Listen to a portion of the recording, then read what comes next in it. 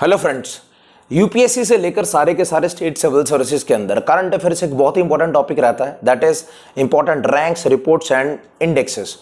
इसी से जुड़ा हुआ आज हमारी वीडियो का टॉपिक है, that is global innovation index. Now what is global innovation index? एक ऐसा इंडेक्स जो किसी भी कंट्री की इनोवेशन कैपेबिलिटी को दर्शाता है। वन से talk about the innovation capability, तो उसके अंदर दो चीजें आती हैं। एक आता है प्रोडक्शन, हर एक कंट्री की इकोनॉमी के अंदर प्रोडक्शन होता है और वही कहीं ना कहीं इकोनॉमिक ग्रोथ को ड्राइव करता है। सो दो चीजें जो कहीं ना कहीं हर एक कंट्री की इकोनॉमिक सिस्टम को ड्राइव करती हैं, that is production and economic growth. So यही दर्शाता है किसी भी कंट्री का इनोवेशन इंडेक्स। सो यहां पे हम बात करते हैं भारत को लेकर।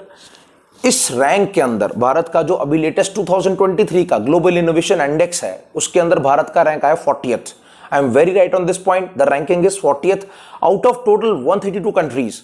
सो 132 कंट्रीज में से लगभग भारत का जो रैंक आया है that is 40th number right now. और अगर हम बात करते हैं 2015 की, लगभग 81st रैंक था भारत का 2015 के अंदर। तो आप देख सकते हैं there has been lot of improvement in the rank. कहीं ना कहीं 81st से 40th तक आना, तो बहुत सारी इंप्रूवमेंट हुई है। 2007 के अंदर पहली बार ये स्टार्ट हुआ था।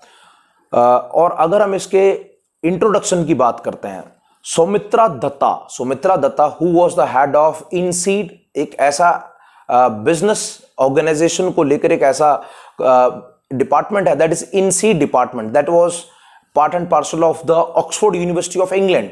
और वहां से उन्होंने इसको कहीं ना कहीं इनिशिएट करवाने में बहुत इंपॉर्टेंट योगदान जो है कंट्रीब्यूट किया है। सो सौमित्रा, जो द पर्सन नेम है सौमित्रा दत्ता, सो इनको क्रेडिट जाता है इस इंडेक्स को स्टार्ट करवाने के लिए। अगर हम बात करते हैं दुनिया की और कौन सी टॉप नॉच कंट्रीज थी इसी रैंकिंग के अंदर 2023 के अंदर, तो सबसे पहला नाम आता है स्विट्जरलैंड का, the second country is USA और थर्ड कंट्री का नाम आता है स्वीडन। और इसी के साथ अगर फोर्थ कंट्री की बात करते हैं तो यूके आता है। So these are the 4 countries और भारत का जो रैंक है दैट इज 40th। अब हम आते हैं कौन से ऐसे फैक्टर्स हैं, कौन से पैरामीटर्स हैं जो कहीं ना कहीं रोल प्ले करते हैं इसकी इंप्रूवमेंट में भारत को लेकर।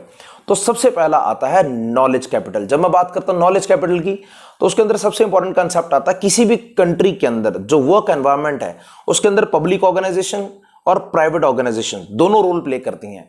और जो ऑर्गेनाइजेशंस होंगी उनके अंदर एम्प्लॉयज होंगे, तो एम्प्लॉयज की स्किल्स होंगी, एम्प्लॉयज का एक्सपीरियंस होगा, एम्प्लॉयज का अपना इनोवेटिव स्टाइल और इनोवेटिव कंट्रीब्यूशन होगा। सो ये कहीं ना कहीं जो है नॉलेज कैपिटल को दर्शाता है। इसके साथ साथ भारत के अंदर जो है एक स्टार्टअप इकोसिस्टम, वो कहीं ना कहीं कंट्रीब्यूट डेफिनेटली करता है इसकी रैंक की इंप्रूवमेंट में।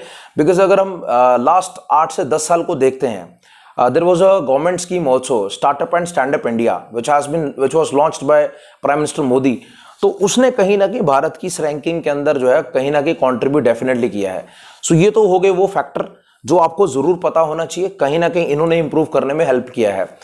अब आते हैं ये जो रैंकिंग 2023 की आई है GII की, ग्लोबल इनोवेशन इंडेक्स की, ये कौन सा नंबर एडिशन था? It was 16th edition. You must remember the number also from very simple competitive exams point of view. तो इसका नंबर जो है that is 16th। So 16 number का एडिशन है। भारत का रैंक 40th है। टॉप 4 कंट्रीज आपको मैंने बता दिया इसी के अंदर। और ये होता क्या है, इसका कंसेप्ट आपको पता होना चाहिए। अब आते हैं इस वीडियो का सबसे इंपॉर्टेंट पॉइंट के ऊपर, जो कि सारे के सारे कॉम्पिटिटिव एग्जाम में इंपॉर्टेंट रहेगा लगभग 6 महीने के लिए। आने वाले जितने भी 6 to 8 मंथ्स के कॉम्पिटिटिव एग्जाम में सब में इंपॉर्टेंट रहेगा। इसको एनुअली रिलीज किया जाता है, साल में एक बार ये रिलीज होता है। अब इसको कौन रिलीज करता है, कौन इसको पब्लिश करता है? Then you must remember the name of the organization. It is called as WIPO। I am very right on this organization name, that is World Intellectual Property Organization। ये नाम आपको याद रखना है। सो कहीं ना कहीं आपको ये ऑर्गेनाइजेशन का नाम, इससे क्वेश्चन बनने का chance, edition number from very simple competitive point of views. अगर यूपीएससी के पॉइंट ऑफ व्यू से बात करते हैं तो आपको फैक्टर्स जरूर पता होना चाहिए जिन्होंने इसका रैंकिंग का इंप्रूवमेंट भारत को लेकर कहीं ना कहीं कॉन्ट्रीब्यूट रोल प्ले जरूर किया है। सो ये थे important postulates related to this very particular topic and this video. So thank you for watching.